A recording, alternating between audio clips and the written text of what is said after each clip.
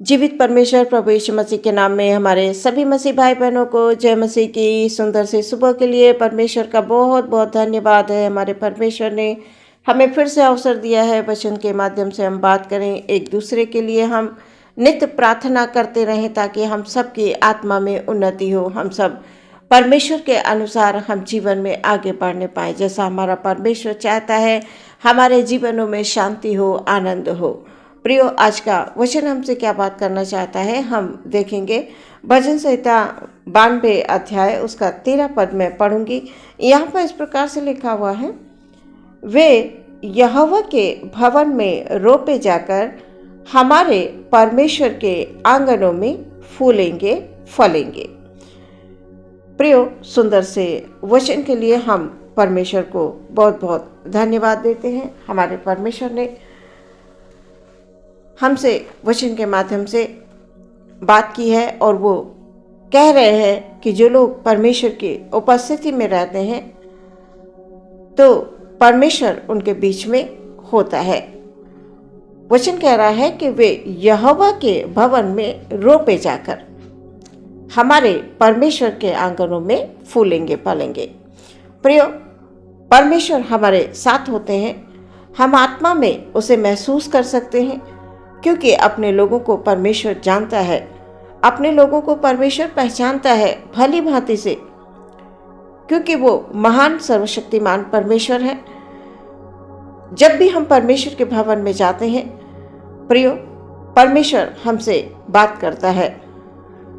वो हमसे चाहता है कि हम सिर्फ और सिर्फ उसकी आराधना करें, पूरे सच्चाई के साथ, पूरी लगन के साथ।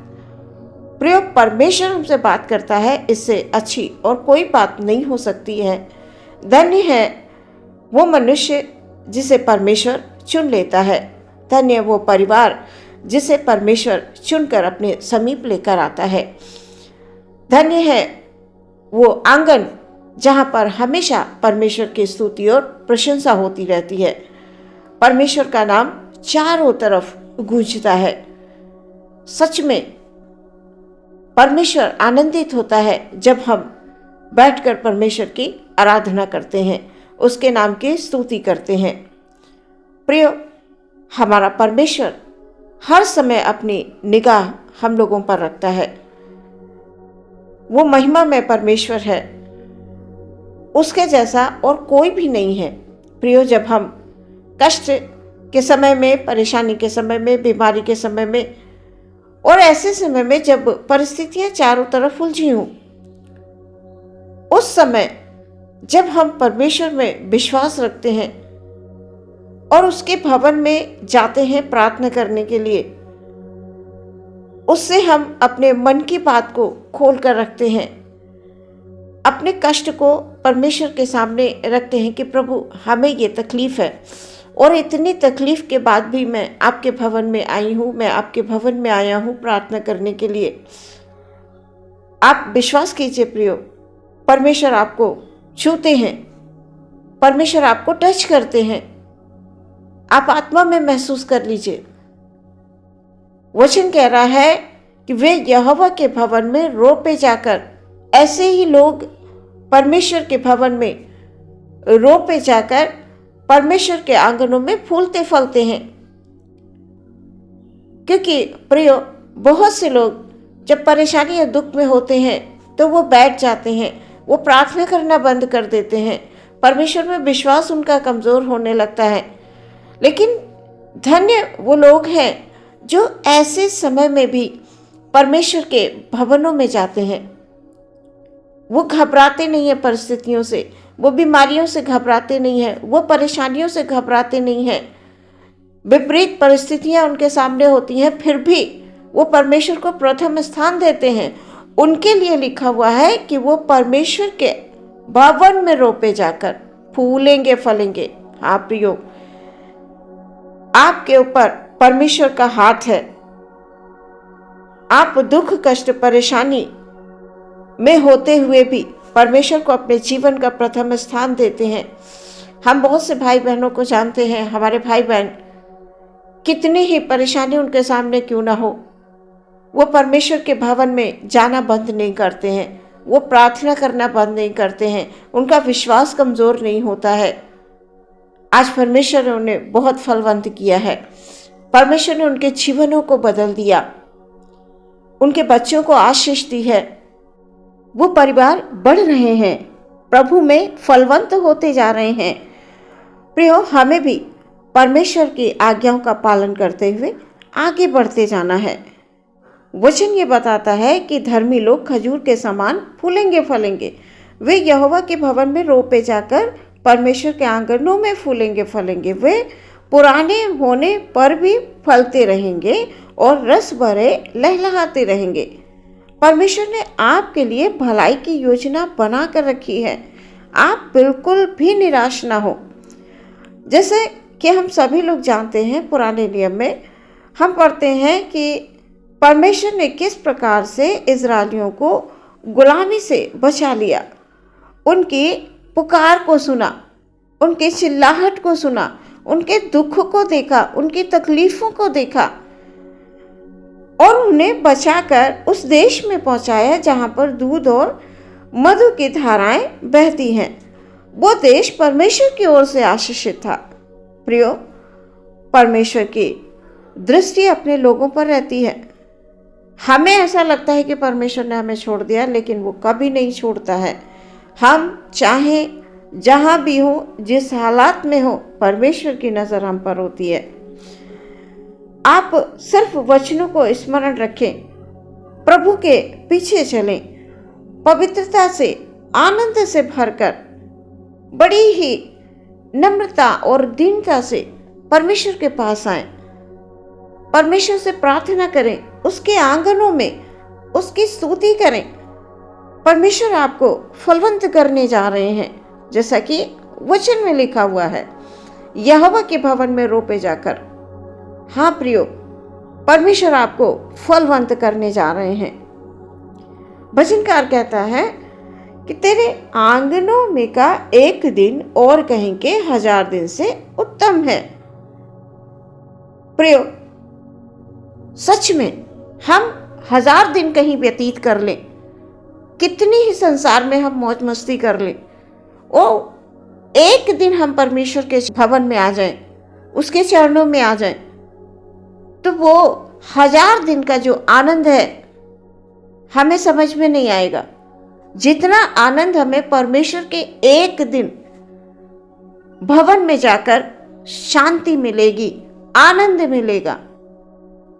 प्रियो, जो शांति परमेश्वर के आंगन में है, उसके भवन में है, उसके चरणों में है, वो शांति संसार के किसी भी कोने में नहीं है। बस इतना हमें महसूस करना है।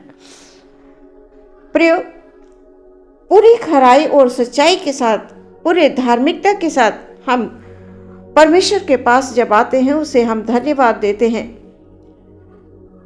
प्रियो, परमेश्वर हमारी प्रार्थनाओं को सुनकर हमें आशीष देता है, हमारे बच्चों को आशीष देता है, हमें फलवंत करता है, जैसा कि वचन बता रहा है। प्रभु से हमें प्रेम रखना है और हमेशा परमेश्वर आपको बढ़ाते जाएंगे। आप कितने ही दुख में क्यों ना हो, अब परमेश्वर को कभी भी छोड़े नहीं, परमेश्वर को कभी भी भूले नहीं, प्रार्थना करना नहीं भूले। अगर आप बैठ कर नहीं प्रार्थना कर सकते, बीमारी की अवस्था में मनुष्य नहीं बैठ पाता है, नहीं चल पाता है, हम लेटे लेटे ही परमेश्वर को धन्यवाद दें, हम उसमें आनंदित रहें। शरीर हमारा दुर्बल है, शरीर कमज़ोर है, पर आत्मा को कभी कमज़ोर न पड़ने दें। प्रियो, परमेश्वर के भवन में रोपे जाकर हमारे परमेश्वर के आंगनों में वो फूलेंगे फलेंगे, वे पुराने होने पर भी फलते रहेंगे और रस भरे और लहलहाते रहेंगे। आपका जीवन परमेश्वर के लिए है। आप परमेश्वर में विश्वास रखें, आनंदित रहें और हमेशा आप परमेश्वर को धन्यवाद दें। आपके परिवार, आपके बच्चे, आपका हर एक क्षेत्र फलवंत होने जा रहा है, यीशु मसीह के नाम से, आमीन। आइए प्रियो, हम आंखों को बंद करके प्रार्थना करेंगे।